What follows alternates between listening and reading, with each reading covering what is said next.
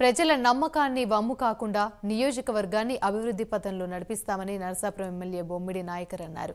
రాష్ట్ర వ్యాప్తంగా ఉన్నటువంటి మత్స్యకార సామాజిక వర్గానికి చెందినటువంటి వారి సమస్యలన్నింటినీ ప్రభుత్వం దృష్టికి తీసుకెళ్తానంటున్న నరసాపురం ఎమ్మెల్యే బొమ్మిడి నాయకర్తో మా అమరావతి బ్యూరో ప్రతినిధి జీవి సాంబశివరావు ఫేస్ టు ఫేస్. 13వ తారీఖు జరిగినటువంటి ఎలక్షన్లో భారీ విక్టరీ సాధించి నరసాపురం నుంచి అసెంబ్లీకి అడుగు పెడుతున్నటువంటి బొమ్మిడి నాయకర్ గారు ప్రస్తుతం అంతా ఉన్నారు. ఆయన ప్రజలతోటి ఎలా మమేకం కాబోతున్నారో ప్రస్తుతం ఆయన అడిగి తెలుసుకుందాం. వాళ్ళ ప్రజలు దాదాపుగా 5 సంవత్సరాల నుంచి కూడా ఈ వైసీపీ ప్రభుత్వం మీద పూర్తిగా విసిగిపోయి ఉన్న పరిస్థితి.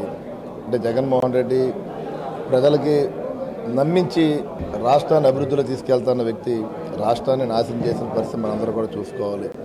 ఈ రాష్ట్ర ప్రజలందరూ కూడా ఎలక్షన్స్ ఎప్పుడు వస్తాయన్న ఆలోచనతోటి మరి ఎదురు చూసుకునే సందర్భం.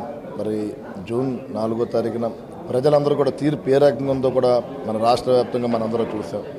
అంటే జనసేన పార్టీ అధినాయకుడు పవన్ కళ్యాణ్ గారు మా నాయకుడు ఏదైతే ఈ కూటమి ఉందో Telugu Desam party, Janasena party, BJP party తోటి ఈ కూటమికి అవ్వడానికి కారణమైన వ్యక్తి మా నాయకుడు పవన్ కళ్యాణ్ గారు.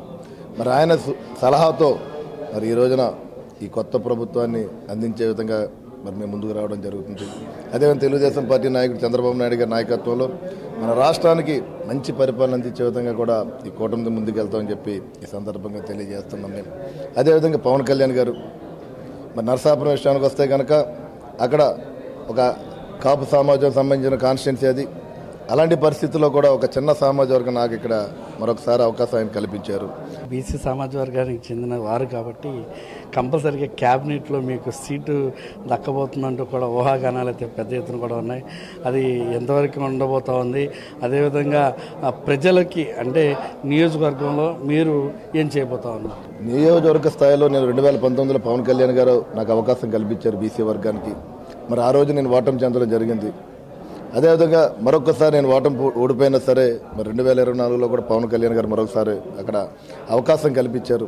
మరి ఈ 5 సంవత్సరాలు కూడా నేను పార్టీకి మరి ఆయనకు కూడా మరి ఆయన అడుగుజాడల్లో పార్టీని ముందుకు తీసుకెళ్లే విధంగా కూడా నేను పనిచేస్తూ వచ్చాను. నేను అదేవిధంగా ఒక చైర్మన్గా నన్ను ఆయన పెట్టుకుని రాష్ట్ర వ్యాప్తంగా కూడా నాకు ఒక బలమైన బాధ్యతని మరి ఇవ్వడం కూడా జరిగింది.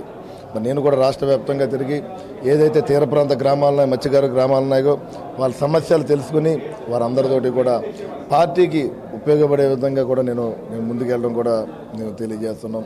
అదేవిధంగా కళ్యాణ్ గారు మంచి పేరు తెచ్చుకునే విధంగానే పార్టీకి ఒక మైలేజ్ వచ్చే విధంగానే నేను మత్స్యకారు సోదరులకి న్యాయం జరిగే విధంగానే నేను ముందుకెళ్తానని చెప్పి ఈ సందర్భంగా తెలియజేస్తున్నాను. నేను మంత్రి పదవి కనుక పవన్ కళ్యాణ్ ఆశీస్సుతో లభిస్తే కనుక ఎట్టి పరిస్థితుల్లో కూడా ఆ పదవికి కూడా వన్నె తెచ్చే విధంగా తన పదవిని కొనసాగిస్తానంటూ కూడా ఆయనతో మనతో చెప్పడం జరిగింది. కెమెరామ్యాన్ ప్రవీణ్తో జీవి సాంబశివరావు, మంగళగిరి పార్టీ కార్యాలయం.